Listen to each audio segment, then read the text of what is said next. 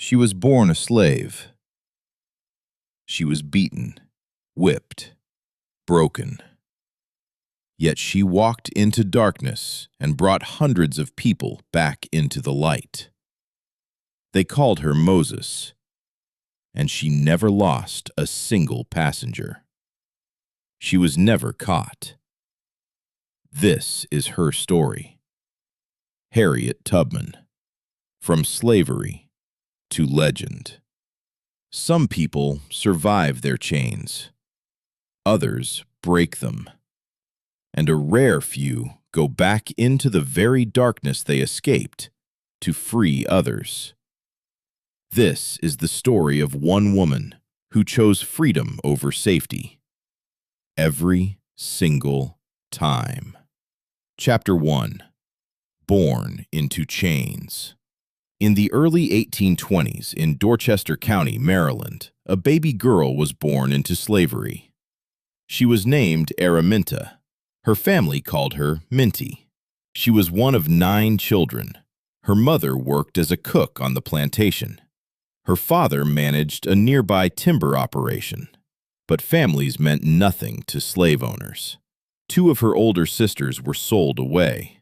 The family never saw them again. When her youngest brother was about to be sold to a trader in Georgia, her mother fought back. She hid him for an entire month, with the help of other slaves and free black people in the community. She threatened violence to anyone who dared try to take him. The owner backed down, and that act of a mother's courage planted a powerful seed in young Harriet's heart. Resistance was possible. Chapter 2. A childhood of pain. At just 5 years old, Harriet was hired out to a local family as a cleaner and nursemaid. When she was too slow with her chores, she was beaten. She was forced to check animal traps in cold and swampy marshes. The brutal conditions made her seriously ill. Her mother, a renowned healer, nursed her back to health. Then she was sent to work for another family, a woman known as Miss Susan. There, she was whipped every time the baby she cared for woke up and cried. On one terrible morning, she received 5 separate beatings before breakfast. She began wearing extra layers of clothing as protection against the whip. She even ran away for a week just to survive. Chapter 3. The injury that changed everything.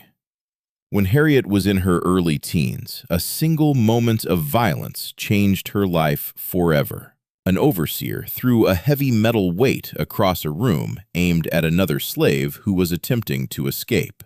It struck Harriet in the skull. She was left completely untreated for several agonizing days. For the rest of her life, she suffered excruciating headaches, seizures, and sudden episodes where she would fall into a deep, unconscious sleep without warning.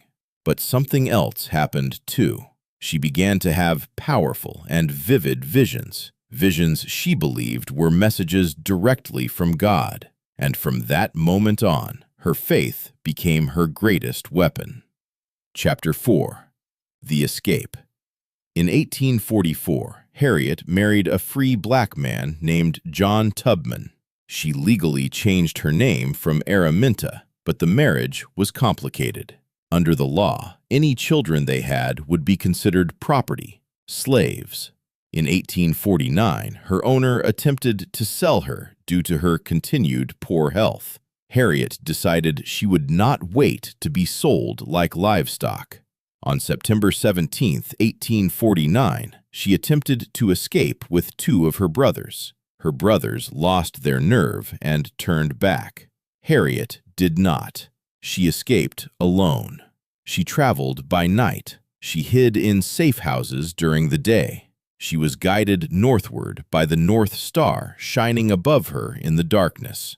She followed a secret network known as the Underground Railroad, a remarkable and diverse group of abolitionists, black and white, men and women, Quakers, Methodists, and Baptists who risked everything to guide escaped slaves to freedom. Harriet crossed the Mason-Dixon line. She arrived in Philadelphia, She was free, but freedom felt hollow without her family, and so she made a decision that most free people would never make. She decided to go back. Chapter 5. Moses of her people. Harriet returned to the very darkness she had escaped. Again, and again, and again. Over the course of 11 years, she carried out 13 dangerous missions back into slave territory. She personally guided approximately 70 people to freedom, including her own brothers and her aging parents. She always carried a gun, not just for protection, but sometimes as a firm reminder to anyone who had second thoughts about completing the journey. She was brilliantly strategic. She guided escapees in fall and winter when cold nights kept people indoors, and she always began on Saturday evenings because newspaper reward notices could not be printed until Monday at the earliest, giving them precious time. She used clever disguises to avoid detection, and she used her visions as her guide through treacherous terrain, past search dogs and roving bands of slave hunters. People began to call her Moses, like the prophet who had led his people out of slavery in Egypt to the Promised Land. A reward was placed on her head. She was never caught, and she never lost a single passenger. Not one, ever. Chapter 6. Soldier and Spy. In 1861, the American Civil War broke out. Harriet immediately offered her services to the Union forces. She used her deep knowledge of herbal medicine to nurse sick soldiers and civilian refugees. But then she became something far more powerful. She built and led an entire network of spies, delivering critical intelligence on Confederate troop movements and supply routes to the Union Army. In January of 1863, emancipation was declared. And then Harriet did something no woman had ever done before in American history. She led an armed military expedition, the Combahee River Raid in South Carolina. She became the first woman in United States history to lead an armed military raid. In a single night, over 700 slaves were liberated, and critical Confederate supplies were destroyed. One woman, one night, 700 people freed. Chapter 7. After the War. The Civil War ended in 1865. Harriet settled permanently in Auburn, New York. She remarried a war veteran named Nelson Davis, who had also been enslaved. Together, they adopted a daughter named Gertie. Her home had an open door for anyone who needed help. She worked tirelessly to fight the poverty and hunger that devastated the black community after emancipation.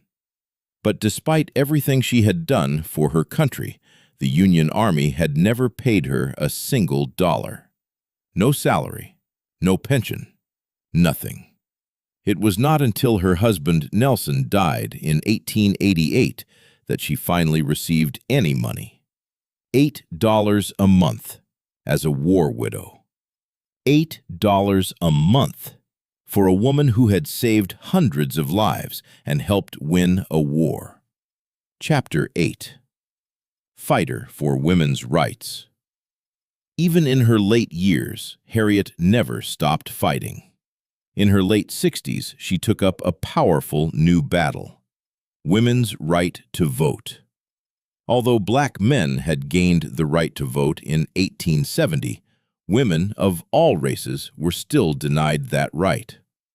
Harriet joined legendary suffragettes like Susan B. Anthony and Elizabeth Cady Stanton on speaking tours across the country.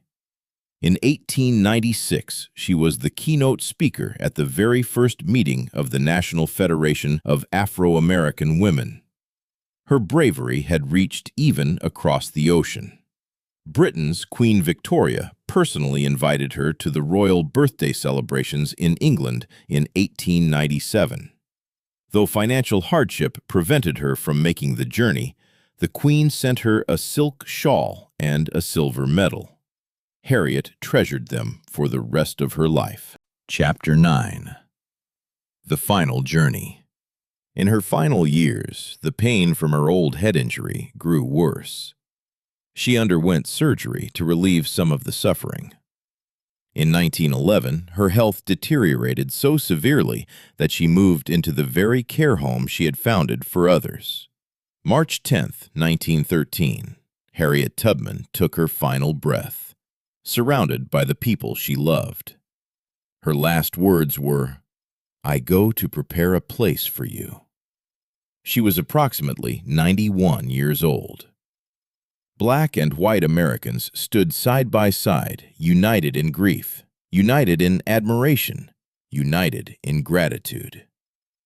She was buried with semi-military honors in Fort Hill Cemetery in Auburn, New York, and she was buried with the silver medal sent to her by Queen Victoria, just as she had wished. Slave, liberator, spy, soldier, suffragette. One woman, one extraordinary life. She was beaten, but never broken. She was enslaved, but always free in spirit. She risked everything, every single time. She never lost a single passenger. She was never caught. And her own words say it best. "It wasn't me, it was the Lord. I always told him, I trust you. I do not know where to go or what to do, but I expect you to lead me." And he always did. Her light still shines, and it will shine forever. Thank you for watching ChronosX documentary. If this story moved you, like, subscribe, and turn on notifications, because the past is closer than you think. We'll see you in the next one.